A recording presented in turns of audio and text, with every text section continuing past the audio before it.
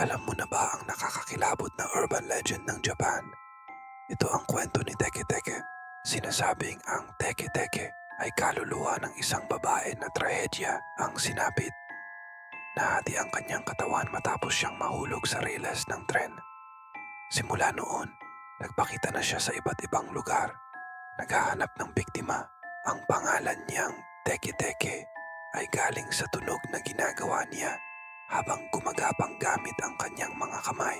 Isipin mo, madilim na eskinita, ikaw lang mag-isa, tapos may maririnig kang teke, teke, teke, papalapit ng papalapit. Kapag nakita ka niya, wala ka nang ligtas. Tumakbo ka man, hindi ka makakatakas. Sinasabing kaya niyang gumalaw ng mas mabilis kaysa sa iniisip mo. At kapag nahuli ka niya, hahatiin niya ang katawan mo. Katulad ng sinapit niya, may paraan daw para makaligtas sa kanya. Kapag tinanong ka niya kung alam mo kung nasaan ang kanyang mga binti, dapat mong sagutin ng tama.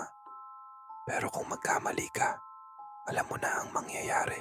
Guys, suggest naman kayo sa comment section ng mga nakakakilabot na kwento sa iba't ibang parte ng mundo.